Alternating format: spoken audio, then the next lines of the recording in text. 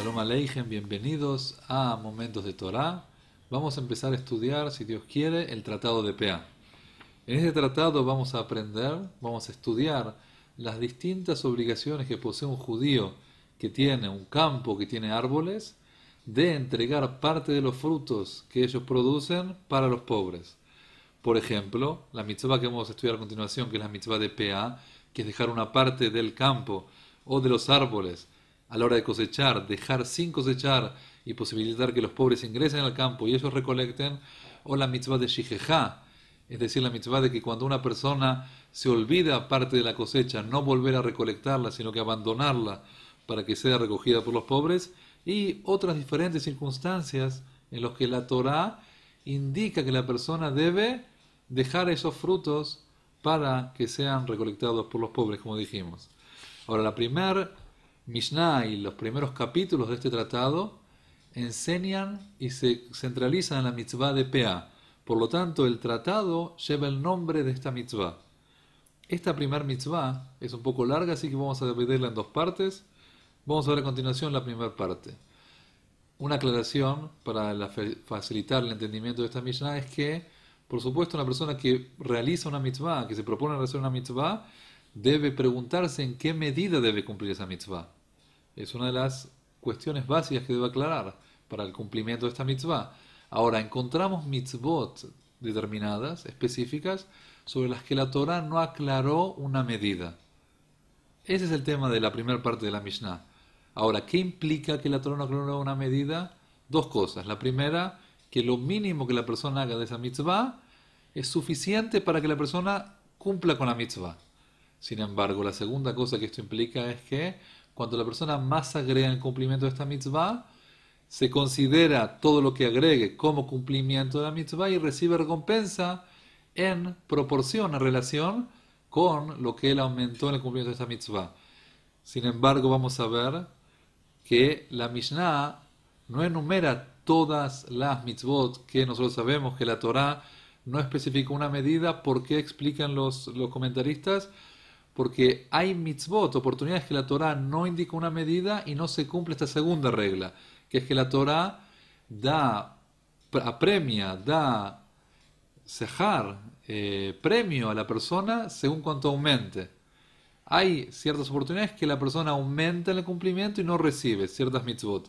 Esas no van a ser mencionadas en nuestra Mishnah, sino solamente aquellas que sí se cumplen estas dos reglas que dijimos. Así dice la Mishnah. Elu de barim shein laem shiur. Estas son las cosas que no tienen una medida específica, determinada. APA, la mitzvah de PA, que es como dijimos, dejar parte del campo para los pobres. Vea bikurim, la mitzvah de bikurim, que es recolectar los primeros frutos que salen del campo y llevarlos al Bet HaMikdash cuando estaba construido para ser entregados a los Kohanim. Vea reayón, la mitzvah de presentarse delante de Hashem en los tres festividades de Pesach, Shavuot y Sukkot. Estaba la mitzvah de Aliyah la Regel, de abandonar los hogares y dirigirse hacia el Bet HaMikdash, y allí cada judío debía presentarse en el patio del Bet HaMikdash delante de Hashem, Bereayón. Esta mitzvah tampoco tiene una medida determinada. Con un instante que la persona cumpla con esto es suficiente, y cuanto más y más agregue, así será recompensada. Ugmilut Hasadim, y la mitzvah de hacer actos de bondad con el prójimo. Explican los comentaristas que aquí nos referimos a los actos de bondad que la persona hace con el cuerpo.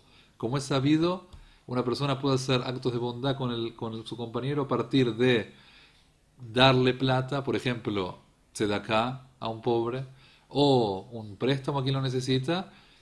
Respecto de este tipo de acto de gesed, de Gemilut Hasadim, de bondad, sí hay una medida específica que los sabios fijaron, o una décima parte de las ganancias de la persona, o un quinto, dependiendo si la persona quiere hacer por sobre lo que la ley indica o lo que la ley le indica.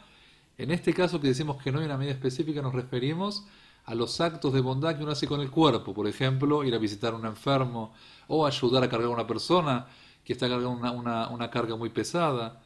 Esa es la intención de la Mishnah en Gumilut Hasadim. Por último dice la Mishnah, Betalmud Torah, y el estudio de la Torah. Nosotros sabemos que esta mitzvah no tiene un límite, Cada instante que la persona tiene libre de sus ocupaciones debe ocuparse de la Torah, como dice el versículo, Beakita voy balaila, y te ocuparás de ella los días y las noches. Por lo tanto, también en esta mitzvah encontramos esta particularidad, que no hay una medida mínima, sino que con lo mínimo que la persona haga cumplió con la mitzvah, y cuanto más agregue y debe agregar, aumenta en el cumplimiento y en lo que merece recibir de recompensa por el cumplimiento de esa mitzvah. Muchísimas gracias. Seguimos en el próximo encuentro con la segunda parte de la Mishnah.